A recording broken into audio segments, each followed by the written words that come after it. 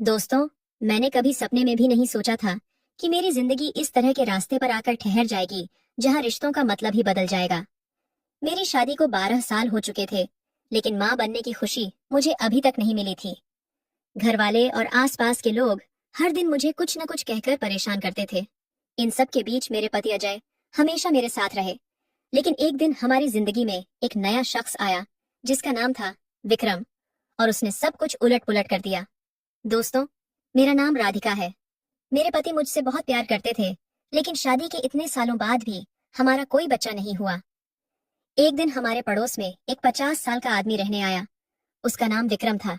शुरू से ही वह मुझे गौर से देखता था और उसकी नजरें मुझे अजीब लगती थीं। फिर धीरे धीरे उसने मेरे पति से दोस्ती बना ली और हमारे घर आने जाने लगा। मुझे समझ आने लगा कि वह मुझे किसी खास नजर से देखता है। एक रात जब अजय घर पर नहीं थे, विक्रम अचानक हमारे घर आ गया। उस रात जो हुआ, उसने मेरे मन पर गहरी ठेस पहुंचाई। वह घटना मेरे लिए एक ऐसा निशान छोड़ गई जिसे मैं कभी भूल नहीं सकती। दोस्तों, मैं अब 35 साल की हूँ। मैं बहुत खूबसूरत हूँ। मेरी त्वचा गोरी है और लोग मेरे रूप की तारीफ करते नहीं थकते। बचपन से ही मुझे अपनी सुंदरता की वजह से बहुत तारीफें मिली हैं। मोहल्ले वाले कहते थे कि मेरी शादी किसी रईस घराने में होगी। हमारे परिवार में 3 बहनें और एक भाई था। मैं सबसे बड़ी थी। हम बहुत गरीब थे। मेरे पिता बड़ी मुश्किल से घर चलाते थे। उनकी सारी कमाई हमारे खाने पीने में खत्म हो जाती थी।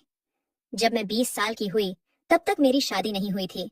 मेरे पिता चाहते थे कि जल्दी शादी हो जाए, लेकिन दहेज के लिए पैसे जुटाना हमारे बस की बात नहीं थी। हमारा परिवार सचमुच बहुत तंगहाल था। मेरी माँ का निधन मेरे छोटेपन में ही हो गया था। मेरा भाई मुझसे 4 साल छोटा था। मजबूरी में उसने पढ़ाई छोड़ दी और काम शुरू कर दिया। मैं भी कुछ बच्चों को पढ़ाकर घर में मदद करती थी। लेकिन एक दिन मेरे पिता को अचानक बीमारी ने घेर लिया और वे हमें हमेशा के लिए हमें छोड़कर चले गए। तब हम चारों भाई बहन बेसहारा हो गए। हमारी पढ़ाई रुक गई और हमें छोटे मोटे काम करने पड़े।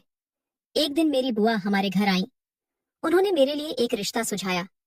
लड़के का परिवार ठीक ठाक था, लेकिन हमने साफ कह दिया कि दहेज देना हमारे लिए मुमकिन नहीं है। उन्होंने हम पर जोर नहीं डाला और फिर एक दूसरा रिश्ता ढूंढा जो हमारी हैसियत के मुताबिक था। एक दिन लड़के वाले हमारे घर आए। लड़के का नाम अजय था। वह अपने माता पिता के साथ आया था। वे बहुत अमीर नहीं थे, लेकिन हमारी तरह गरीब भी नहीं थे। अजय सरकारी नौकरी करता था। उसने मुझे पसंद किया और कहा कि उसे दहेज नहीं चाहिए। फिर मेरी बुआ और फूफा ने थोड़े पैसे इकट्ठे करके मेरी शादी करवा दी। शादी के समय बुआ ने मुझसे कहा था, ससुराल में चाहे जो हो जाए, लेकिन वहां से लौट कर मत आना। हमें तुम्हारे भाई बहनों की शादी भी करानी है। दोस्तों, मेरी शादी तब हुई जब मैं 23 साल की थी। मैं अपने नए घर में ढेर सारे सपने लेकर आई थी। शादी की पहली रात जब अजय कमरे में आए, तो उन्होंने बड़े प्यार से मुझसे बात की। वे मेरे बारे में सब कुछ जानना चाहते थे। मैं बहुत घबराई हुई थी, लेकिन उन्होंने मुझे सहज करने की कोशिश की। वे मुझे दोस्त की तरह समझना चाहते थे। वक्त के साथ मैंने अपने मन की बातें उनके साथ बांटनी शुरू की। उन्होंने भी अपनी जिंदगी की कई बातें मुझे बताईं। धीरे धीरे हमारा प्यार गहरा होता गया। मुझे बहुत खुशी थी कि मुझे ऐसा पति मिला। उस वक्त बुआ की बात याद आती थी, ससुराल से वापस मत आना। मैं सोचती थी कि इतने अच्छे इंसान को छोड़ना मेरे लिए नामुमकिन है। शादी को 6 साल हो गए थे। तब सास ससुर ने बच्चे के लिए दबाव डालना शुरू कर दिया। हमने बहुत कोशिश की, लेकिन कुछ हासिल नहीं हुआ। ससुराल वाले मुझे ताने मारने लगे। एक दिन सास मेरे पास आई और रोते हुए बोली, शादी को 6 साल हो गए, लेकिन तुम माँ नहीं बनी। हमें तो बंजर बहू मिली। उधर मेरे देवर की शादी की बात चल रही थी। जल्द ही एक लड़की पसंद कर ली गई और देवर की शादी हो गई। उसकी पत्नी प्रिया 2 साल में माँ बन गई। इसके बाद घर वालों और रिश्तेदारों ने मुझे और ताने देने शुरू कर दिए। मेरी गोद खाली होने की वजह से सब मुझे हे नजरों से देखते थे। जब मेरा बच्चा नहीं हुआ, तो घर में या पड़ोस में कोई नहीं चाहता था कि मैं शुभ कामों में हिस्सा लूं। मोहल्ले में कोई अच्छा मौका होता तो मुझे बुलाया नहीं जाता। लोग कहते, ये तो बांझ है। मुझे लगता था कि मेरी कोई कीमत ही नहीं रह गई। देवरानी के बच्चे होने के बाद वह अपने बच्चों को मुझसे दूर रखती थी। वह मुझसे छोटी थी, लेकिन मौका मिलते ही मुझे चुभते हुए शब्द कहती थी। ससुराल का माहौल मेरे लिए हर दिन मुश्किल होता जा रहा था। देखते देखते देवरानी के 2 बच्चे हो गए। फिर भी उसका व्यवहार मेरे प्रति जरा भी नरम नहीं पड़ा। एक दिन मैं तानों से परेशान होकर रो रही थी। सास गुस्से में बोली, शादी को 12 साल हो गए, अब हम अजय के लिए दूसरी लड़की देख रहे हैं। जल्द ही उसकी शादी कर देंगे और इस बांझ को निकाल देंगे। उन्होंने नेहा नाम की लड़की से अजय की शादी तय कर दी। तब मुझे बुआ की बात फिर याद आई, ससुराल से वापस मत आना। बुआ ने मेरे भाई बहनों की शादी करवा दी थी। मैं कभी कभी उनसे फोन पर बात करती थी। बुआ ने कई बार कहा था कि डॉक्टर को दिखाओ। मैं गई भी, टेस्ट भी हुए, लेकिन अजय ने मुझे रिपोर्ट कभी नहीं दिखाई। मुझे शक होता था कि कमी मुझ में है या उनमें। एक दिन अजय ने अपनी माँ से कहा, माँ, मैं नेहा से शादी नहीं करूंगा। मैं राधिका से प्यार करता हूँ और उसके साथ रहूंगा। हम यह घर छोड़कर जा रहे हैं। उनके इस फैसले से सब हैरान रह गए। अजय ने मुझसे कहा, मैं तुम्हारे साथ आखिरी सांस तक रहूंगा। अपना सामान बांध लो। हमने सामान समेटा और एक किराए के घर में चले गए। उस घर का मालिक विक्रम था, 50 साल का एक अकेला आदमी। वहां जाने के बाद मैंने देखा कि वह मुझे अजीब नजरों से देखता था। वह मुझे ऊपर से नीचे तक घूरता रहता था। अजय ने भी विक्रम के व्यवहार में कुछ गलत देखा। शुरू में उसने हमारी मदद की, लेकिन वक्त के साथ मुझे उसकी नजरें परेशान करने लगीं। जब अजय घर पर नहीं होते, वह खिड़की से मुझे ताकने की कोशिश करता। मुझे डर और बेचैनी होने लगी। फिर विक्रम ने अजय से दोस्ती गहरी कर ली। एक दिन उसने अजय से कहा, मैं इस घर में अकेला हूँ। मेरी पत्नी 7 साल पहले गुजर गई। आपको किराया नहीं देना पड़ेगा। मैं हर महीने आपको कुछ पैसे दूंगा। बस मेरे लिए खाना बना देना, क्योंकि मुझे खाना बनाना नहीं आता और बाहर का खाना मुझे नुकसान करता है। अजय ने यह बात मान ली, क्योंकि इससे हमें फायदा था। इसके बाद विक्रम दिन में 3 बार खाने के लिए आने लगा। एक रात वह शराब की बोतल लेकर आया और अजय से बोला, आज मस्ती करते हैं। अजय ने मुझे भी बुलाया। मैंने पहले कभी शराब नहीं पी थी, लेकिन दोनों ने जोर दिया। मैंने पी ली और नशे में चूर हो गई। तब विक्रम मेरे करीब आने लगा और मुझे छूने की कोशिश करने लगा। तभी अजय बोले, चलो हम तीनों नाचते हैं। मैंने 12 साल तक सिर्फ दुख देखा था, तो उस पल थोड़ा खुश होना चाहती थी। मैं नाचने लगी। नाचते वक्त विक्रम मुझे छूने लगा। मुझे अजीब लगा, लेकिन अजय कुछ नहीं बोले, बल्कि वे इसे मजा लेते हुए दिख रहे थे। उस पल मुझे लगा कि हमारे रिश्ते का यह नया रूप सबके लिए अनोखा था। विक्रम मुझे अलग नजरों से देख रहा था और अजय इसे मानते हुए लग रहे थे। एक दिन जब अजय घर पर नहीं थे, विक्रम दोपहर में आया। उसने कहा, भाभी, आप बहुत सुंदर हैं। अजय बहुत खुशकिस्मत है कि उन्हें आप मिली। ये सुनकर मैं परेशान हो गई। मैंने धीरे से कहा, 12 साल हो गए, लेकिन मेरा कोई बच्चा नहीं हुआ। मेरी बात सुनकर उसने मेरा हाथ पकड़ लिया। मैं डर गई। फिर वह बोला, अगर आप चाहें तो मैं आपकी मदद कर सकता हूँ। उसकी बात से मैं सन्न रह गई, कुछ बोल नहीं पाई। खाना खाकर वह मुझे अजीब नजरों से देखता रहा और चला गया। धीरे धीरे वह हमारे परिवार का हिस्सा बन गया। अजय उसे बहुत मानते थे। वे कहते, विक्रम मेरे लिए सच्चा दोस्त है। परिवार से दूर रहकर मैं अकेला था, लेकिन उसने मेरी जिंदगी में रंग भरे।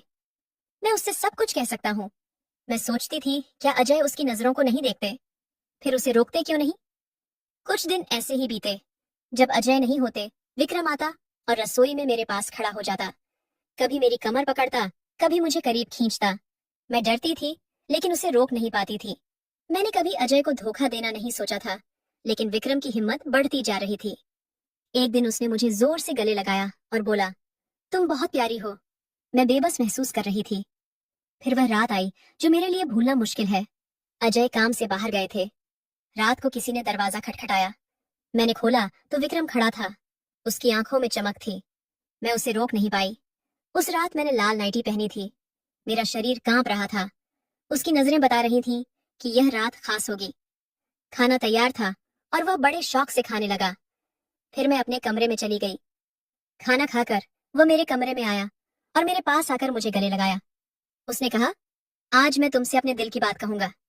जब से तुम आई हो, मैं खुद को रोक नहीं पा रहा। मैं कुछ बोल नहीं पाई। मन में घबराहट थी। हिम्मत करके मैंने कहा, मैं शादीशुदा हूँ। अपने पति को धोखा नहीं दे सकती। उसने कहा, ये धोखा नहीं है। मैंने सख्ती से कहा, मैं अजय के लिए वफादार हूँ। हमारे रिश्ते में किसी तीसरे की जगह नहीं। हम बच्चे पैदा करने की कोशिश कर रहे हैं। भगवान चाहेगा तो मैं माँ बनूंगी। तब उसने एक कागज मेरे सामने रखा। उसकी आंखों में दर्द था। मैंने कागज पढ़ा तो मेरी आंखें भर आईं। यह एक मेडिकल रिपोर्ट थी जिसमें लिखा था कि अजय पिता नहीं बन सकते। विक्रम ने वह सच बताया जो अजय ने 12 साल तक छिपाया था। मैं कभी समझ नहीं पाई थी। ससुराल में उनकी दूसरी शादी की बात भी हुई थी। ये सब सुनकर मैं स्तब्ध थी। विक्रम बोला, मैं तुम्हारा दुख नहीं देख सकता। तुम्हारी हर मुश्किल हल करना चाहता हूँ। मैंने कहा, तुम यहाँ से जाओ, पहले मैं अजय से बात करूंगी। उस रात वह चला गया। मैं अकेले रहना चाहती थी। इतने सालों का छुपा सच सामने आया था। जब अजय लौटे, मैंने सब बताया। उन्होंने सिर झुकाकर माफी मांगी। बोले, मैं तुमसे बहुत प्यार करता हूँ। ये सच इसलिए छिपाया ताकि तुम मुझे न छोड़ दो। तुम्हारे बिना मैं नहीं जी सकता। फिर वे बोले, समाज ने तुम्हें बहुत कुछ कहा, हमें जवाब देना है, इसलिए मैंने विक्रम को भेजा। वह तुम्हें चाहता है, हम तीनों परिवार बना सकते हैं। उनकी बात सुनकर मैं रो पड़ी। यह मानना मुश्किल था। वे मुझे समझाते रहे। बोले, रिश्तों में इंसानियत सबसे बड़ी होती है। तुम चाहो तो विक्रम को शामिल कर सकती हो। कुछ दिनों तक वे मुझे मनाते रहे। आखिरकार मैं मान गई।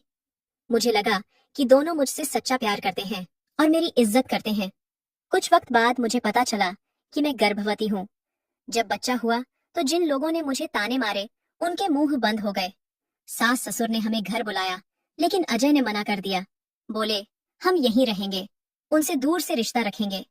सास मुझे इल्जाम लगाने लगी कि मैंने उनके बेटे को छीन लिया, लेकिन सच यह था कि अजय अब वहां नहीं जाना चाहते थे। वे विक्रम के साथ रहना पसंद करते थे। दोनों में गहरा रिश्ता बन गया था।